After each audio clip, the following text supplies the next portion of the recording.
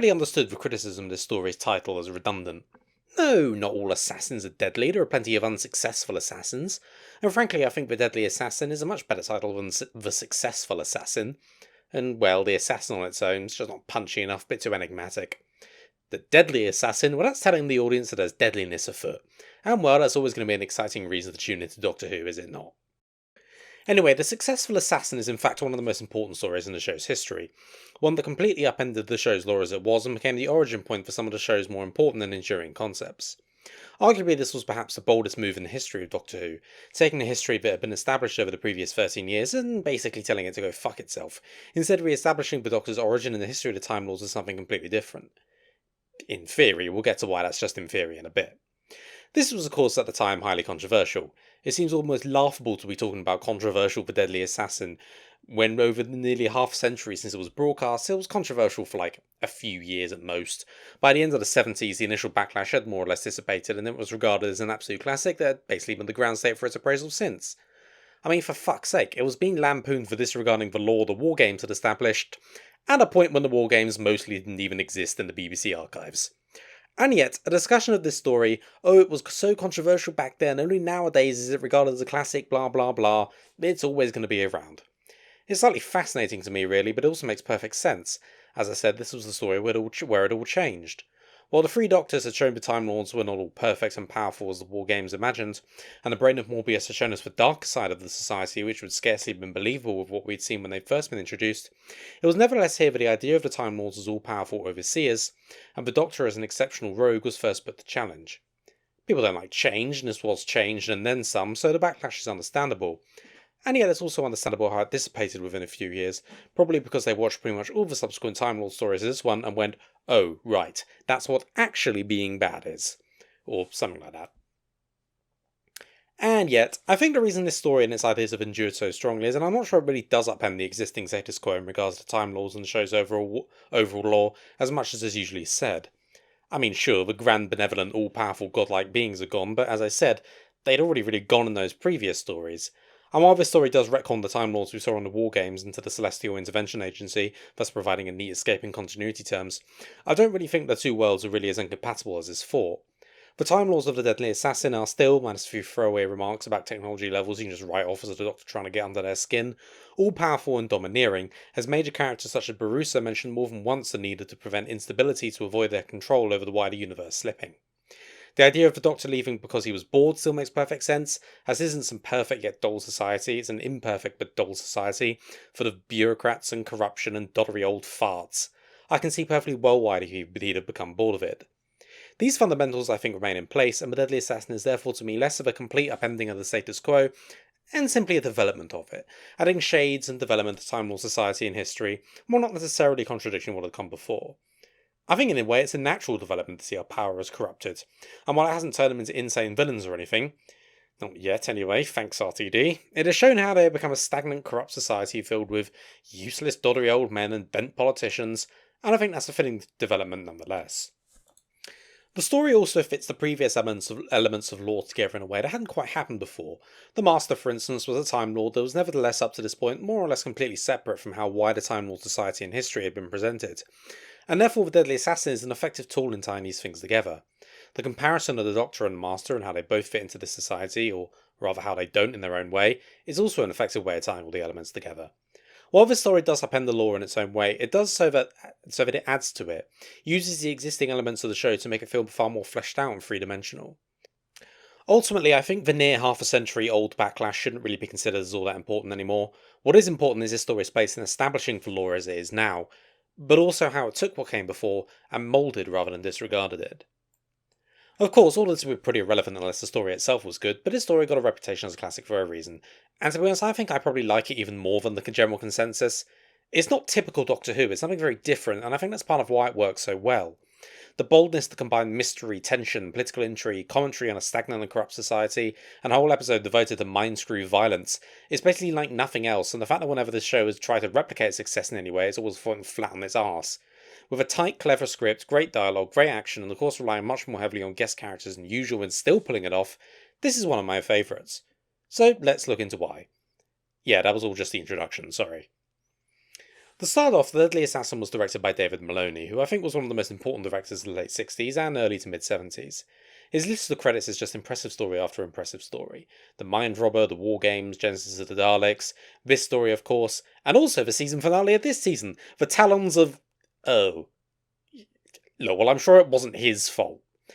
And anyway, there are other stories on his list that aren't quite as impressive, but they're kind of stories that were mostly the scripting problem, not the kind of thing he could save. I think he was a particularly strong director. His grasp of suspense, tension, action all being well above the average at the time and led to some very memorable outings. The Deadly Assassin is one of his best, perhaps even his best simply because of how the job became so varied over the course of the 4 episodes. In part 1, he has to set up a well-paced intense mystery, making sure the episode's plot seamlessly fits into the running time despite its simplicity, while keeping the suspense of the mystery plot forefront. The ticking time bomb leading up to the cliffhanger works because of how well Maloney translates the pacing onto the screen. It's a constant level which works in building up the suspense. He also manages to take the, understandably because of budget etc., limited sets for Gallifrey and really expand their scope, making the world feel much bigger than it had any right to. In the second episode he has to keep things more subdued as the political intrigue takes hold, and there he simply needs to make sure that a level of tension remains, enough to keep the interest but not enough to overwhelm it. The end of that episode and the whole of the third is Maloney's tour de force, when the story becomes an action piece. With the obvious budget limitations, Maloney wisely goes for both surrealism, the mind screw effect I shall dub, and for a simple yet effective predator-prey double act between the Doctor and Goth. In fact, my favourite part of this is the cliffhanger between parts 2 and 3 with the train.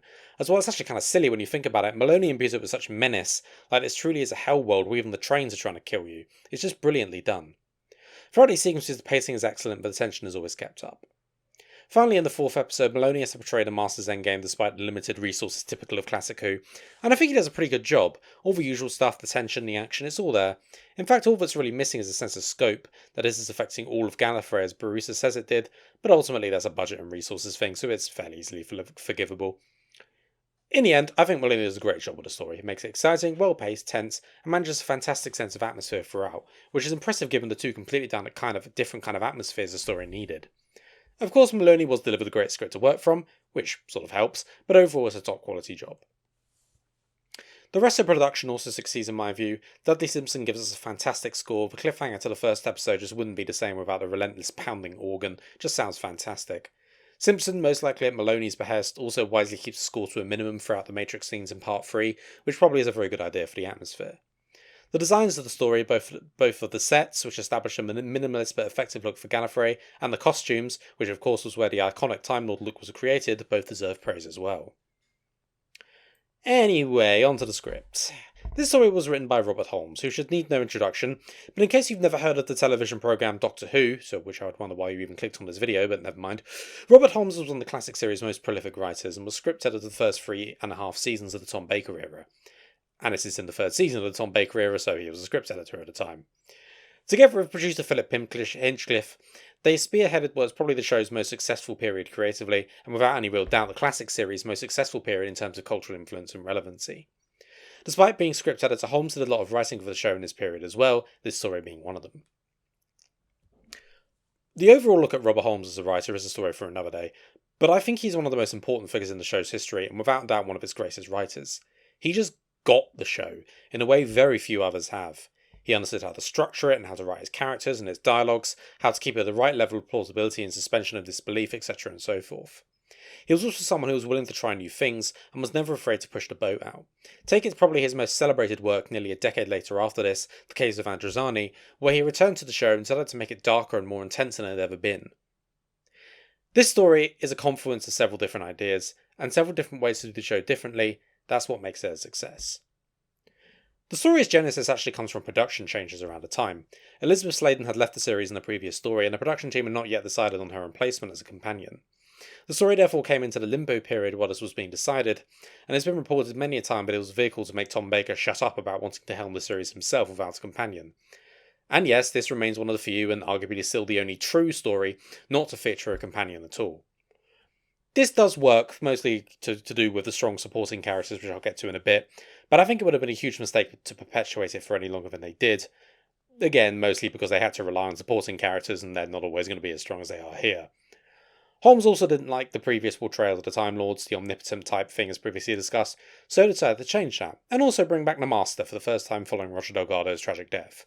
As he created the character, he was probably the right person to do that.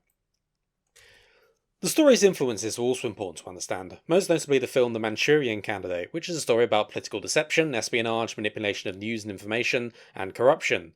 Can't see the parallels, can you? Oh wait, yes, I can see all the parallels. Holmes takes these ideas though and doesn't just reuse them straight, he uses them to weave and create the Time Lord society we see in this story. These political ideas are explored, and in the turbulent 70s why not, but also in a way that enhances and expands the Time Lords as people. Because as I talked about earlier, Holmes' dislike of the old Time Lords did not result in him just washing it all away. He built on it, but put it through this new sphere, and used these political ideas to build a multi-layered and complex piece. Holmes takes what had come before and turns the Time Lords into a corrupt peoples, with a strict class system, no real democracy to speak of, an election only comes about because the president was unable to name another elite successor, and there's no sign that there's any kind of universal suffrage, probably only just the elites voting. It also has torture, capital punishment, the manipulation of facts and news in order to hide truths. It's actually a shockingly corrupt and morally bankrupt society. And yet, the ideas of the power they held before are still there, simply that they arguably should not be wielding it, which I think is frankly a far more interesting idea than just being dull godlike beings, and frankly one that was never really followed up on, until RTD turned them into lunatic genocidal villains. Thanks for that yet again, Russell, we always have much to thank you for, don't we? We do however see shades of the society, the laughably corrupt and power-hungry and goth of course, to the more reasonable but still benefiting from the status quo and happy to manipulate truth for his own benefit Barusa, to the spirited public servant who's ultimately just a grumpy enforcer of said status quo spandrel. It shows a society where the corruption has levels but is ultimately endemic, which is an interesting commentary on our own. Were we there yet? Are we now? I think it works extremely well, particularly in the ending where Barusa admits the place is in ruins and a lot of people are dead and Joe's, nah, we can spin this. As I said earlier though, it ties back into how the Time Lords were portrayed before. Their behaviour in the war games can be viewed through the lens of arrogance and presumption of control, not least given the retcon to make that be the CIA instead. It also colours the Doctor's past. It makes just as much sense he'd leave because he was bored, given this is a stuffy corrupt society full of old doddery men who don't know where they left their clothes, and bent politicians. That doesn't change. But because we know he was part of one of those elite houses of Gallifreyan society, it had layers to that, and I like that it's very open to interpretation. It adds complexity to his history and his motivations, and expanding the backstory of our main character like that is a good and important thing. Speaking of characters, let's talk characters. Do you know there aren't any in this story? Women characters. 70s gonna 70s. Barusa, I think, has made the character in this with the biggest gap between how interesting they are and the amount of screen time they have. He's actually not in it very much, which, combined with his later appearances where he'll be much more prominent and far less effective, seems to diminish his role here, but he's actually in a way sort of the glue that holds it all together. He's the noble politician, the one who follows the Constitution, stands up for due process, but of course is happy to obfuscate and deceive in order to get what he wants in the end anyway. No. No what, Cardinal? The story is not acceptable. This is a very difficult, very delicate position. We must adjust the truth. In what way, Cardinal? In a way that will maintain public confidence in the Time Lords and their leadership. And of course, he's still part of this elite, he's still part of the unelected ruling class. In the end, I think he's perhaps an archetype of that kind of politician. It's all above board, except when it ain't. He showed more than anything else the difference between what had come before and what was now. It would be staggeringly easy to see him standing up with those in the war games casting judgment on the warlords, and just as easy to understand how that level of nobility and power is a facade as he grumbles about manipulating the truth. One can clearly see how he has risen to the levels he has for good and bad. His relationship with the Doctor is also a small but vital part of his character. He grumbles about the Doctor, clearly dislikes his methods, but also clearly recognises how effective and brilliant he can be. A look perhaps at the Doctor's relationship with his people as a whole, resentment but ultimately grudging tolerance and even some bit of admiration. Plays with a sort of exasperated annoyance yet pompous stature by Angus MacKay, and it's a brilliant performance, I wish I could say, with utmost expedition, with the confidence he does. Barusa is a success here, and it's just a shame every subsequent appearance by him made him either dull as dirt or a stupidly pointless villain. Goth, on the other hand, is also immediately an obviously slimy, ambitious politician type, who frames everything through either the prism of his own goals or through a reactionary view. Can't think of why anyone would think politicians are like that. Where the character succeeds is in two ways. Firstly, that in no small part thanks to Bernard Horsfall's excellent performance, he nevertheless does have a certain charm and charisma that makes his rise to the top of the Gallifreyan political world very understandable. He's well spoken and eloquent, yet his mannerisms hide a level of aggressiveness that's all too clear when he has to be politely reminded by Barusa he can't ignore the Constitution and basically just hang the Doctor from the highest yardarm. He's a very interesting politician archetype, and this goes further as it plays into the overall portrayal of Gallifrey, as after it's revealed that he's the one helping the Master, he exposits his motivations, and they are that power corrupts, as with the society as a whole. His ambition and desire for power consumed him, to the point where after the President told him he wasn't the successor, he went into bed with the Master to get what he wanted. It's a short exchange, but an effective one, that takes a pretty simple motivation of power and fleshes it out with a comparison. Time Lord societies some become corrupt, so is its politicians, and the journey of Gallifrey from noble godlike beings to how it is here mirrors the shorter one we see on screen for Goff. Respected statesman until the mask is taken off. The Doctor's final remark, typical politician, shows his disdain for Goff in the end, his lack of sympathy being read into his character as well. Another sign of how he left because he was bored of the politicians and their sliminess, their corruption and their ambition. Goff is of course played by Bernard Horsfall, who as I said gives an excellent performance, but previously Horsfall had played the lead Time Lord in the War Games. Given Maloney directed both stories, it's fair to assume he'd have known that and done it anyway, and Horsfall is a common Maloney casting choice. We'll see him again when we get to Planet of the Daleks fairly soon. So could we say that Time Lord, who the story retcons into being part of the CIA, remember, was Goff earlier in his career? Could the reason the President rejected Goff as a successor because he found out about a secret past as an agent of the CIA involved with the controversial Doctor case, and indeed if we take the Season 6B theory to be canon, for even further below-board shenanigans? And it was his familiarity with the Doctor that led to the Master seeking him as an ally, knowing that shared resentment would make manipulating him all that much easier. Just a theory, but one I like to think provides a clearer link between the two Gallifreys. The other side of the Time Lord society we see here is Catalan Spandrel, who's assigned at the other side of Holmes' rejection of the godlike being interpretation of the Time Lords. He's not a corrupt elite, he's but a humble functionary public servant, the kind that would have seemed very out of place in the War Games, and yeah, I know we saw like technicians and stuff in that story, but nameless extras don't count. Anyway, Spandrel is not flashy or in any way fitting in as some part of superior race. He's just a guy doing a job, but he's also very competent, resourceful and intelligent, and is no nonsense enough to be able to stand on the same footing as the elites like Barusa. He's in many ways the closest thing we get to the companion character of the story as the audience identification character, the one we learn the plot through. But Holmes uses this unique opportunity to do it in an interesting and different way. Most notably in Part 2, he is investigating the President's murder and is able to cast doubt on the Doctor's guilt fairly quickly, not through the Doctor persuading him or anything like that, but we find he did so through his own investigating skills. The Doctor's later persuasion only comes in to seal the deal.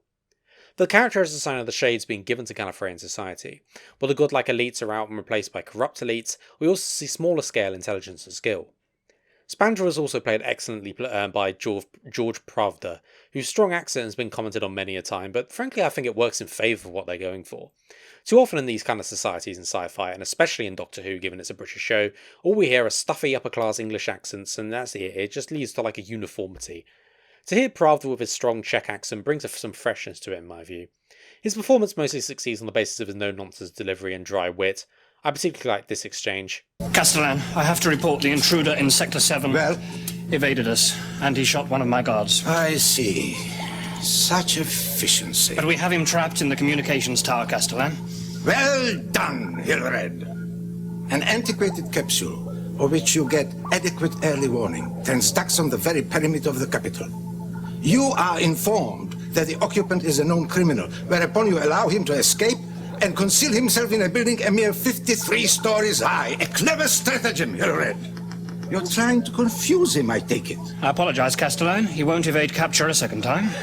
In the light of your impressive record so far, I would make no rash commitments. See, that sounds like a boss bollocking an incompetent underling, and that fits in with his natural portrayal. So yeah, really well written character, great performance.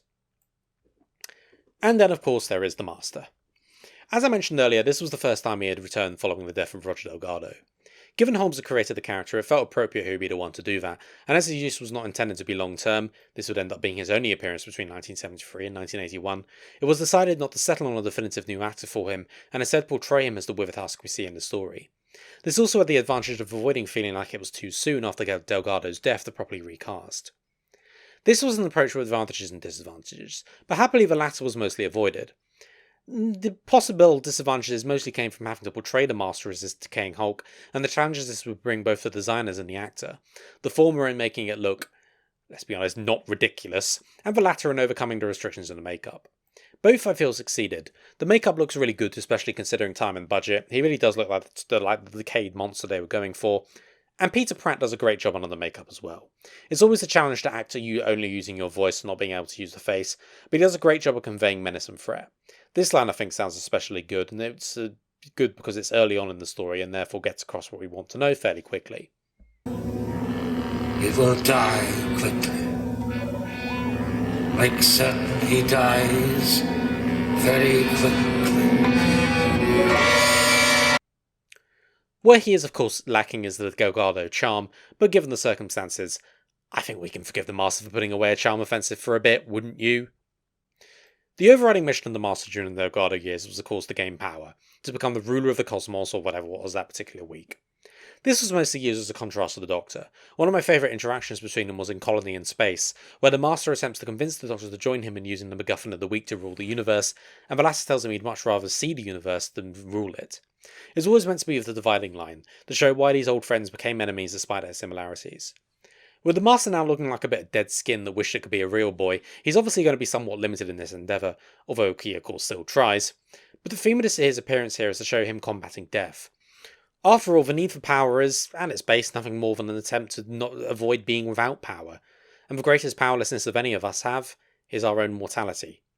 To see the Master battling against death as he is, desperate but still with the cunning and immorality he always had, is a fascinating look at the side of the character that would ultimately, I think, end up being overused later on.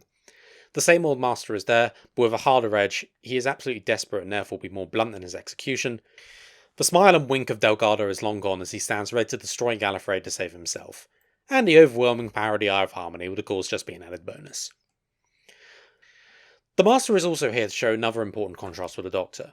Reportedly part of Holmes' issue with the previous portrayal of the Time Lords had been that they were these incredible, wonderful beings, and yet there were so many renegades and villains we had seen, and it all became a bit unbelievable. After all, apart from the Doctor and Susan, the first Time Lord we ever met was the Monk, a renegade. We also met the War Chief, a renegade, and then the Master, a renegade, and yeah, they're two separate characters, get over it. That's already 3 renegades before the show's 10-year mark, and throughout the 70s we get the villains of its history like Morbius and its tragic figures like Omega. It just didn't fit with what we've seen in the War Games, whereas it very much does fit what we see here. It's completely believable that a troublemaker like the Monk or someone as cunning and devious as the War Chief would find his corrupt dull society as something they could do without. The 2 most important Time Lord renegades though are the Doctor, obviously, and the Master, so exploring this element almost requires their presence.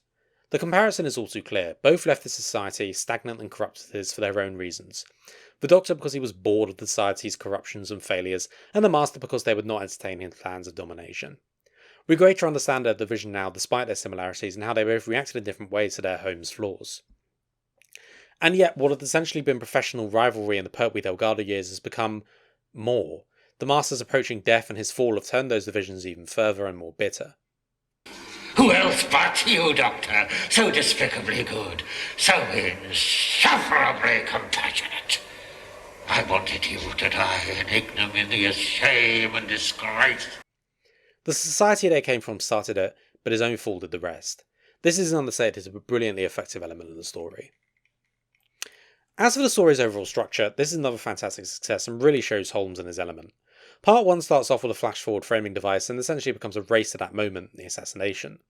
It's a brilliant setup for so much tension and suspension, with the secondary questions of whether the Doctor will be caught and what we're learning about the Time Lords as we go, all happening with the impending assassination in the background.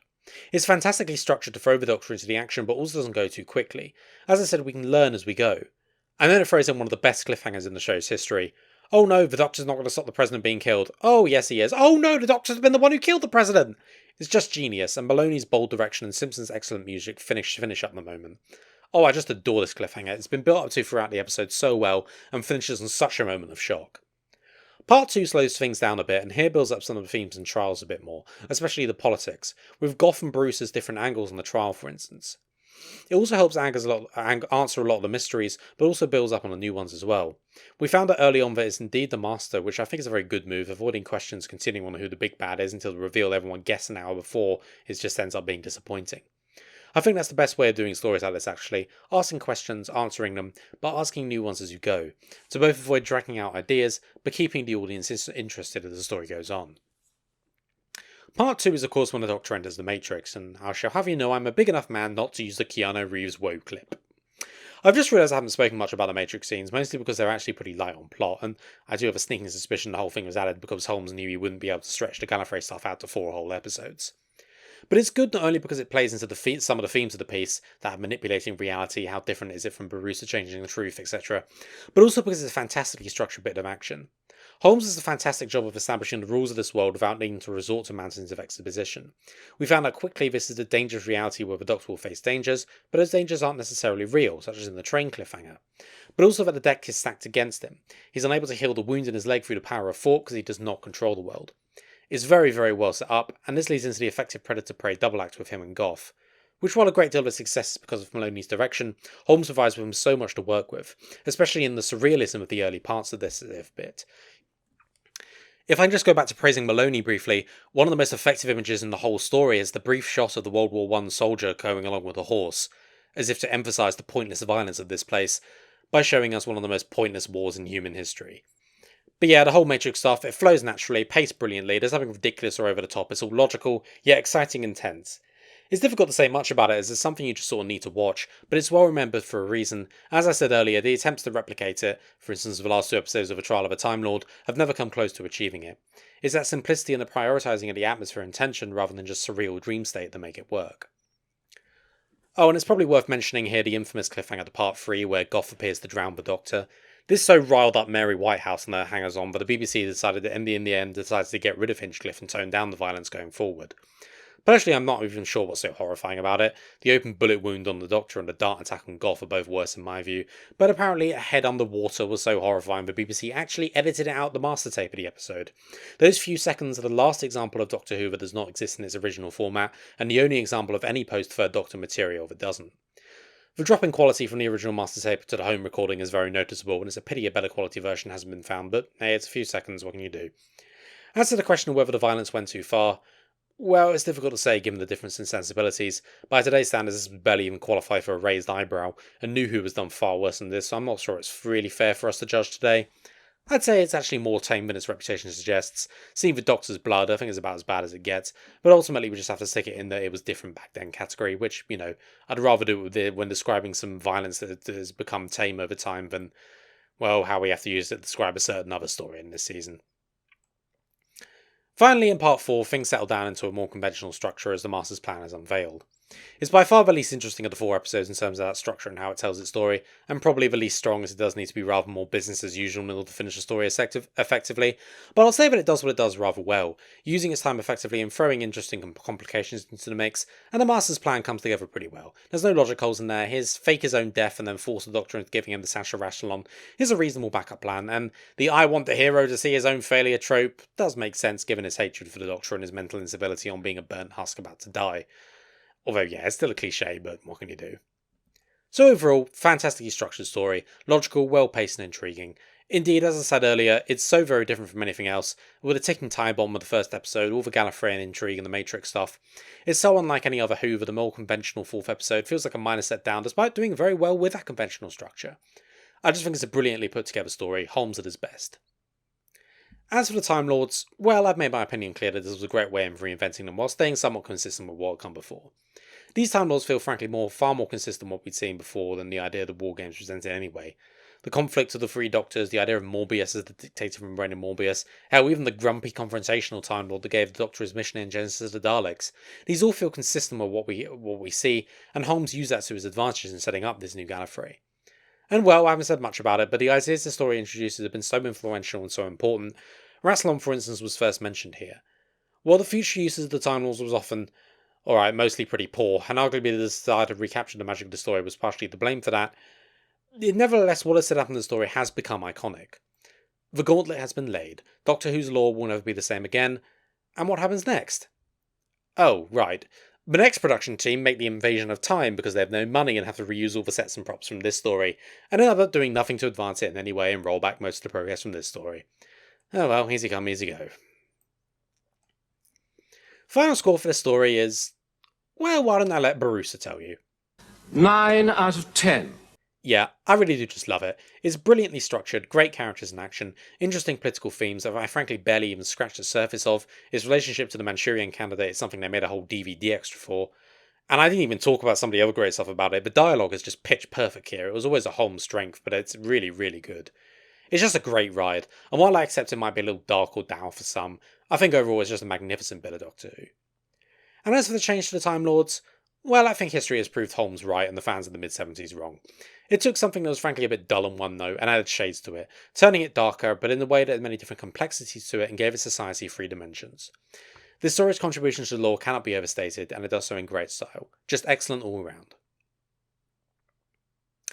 Well, things are going to be a bit different schedule-wise after this, with 4 videos coming in December. Next week, I'll be doing a review of the TV movie, followed the week after by a look at The Night of the Doctor and an overall look at the 8th Doctor. 2 weeks after that will be the Frontier in Space, continuing with Dalek stuff, and then on Christmas Day, the Christmas Invasion will round out the month. Stick around.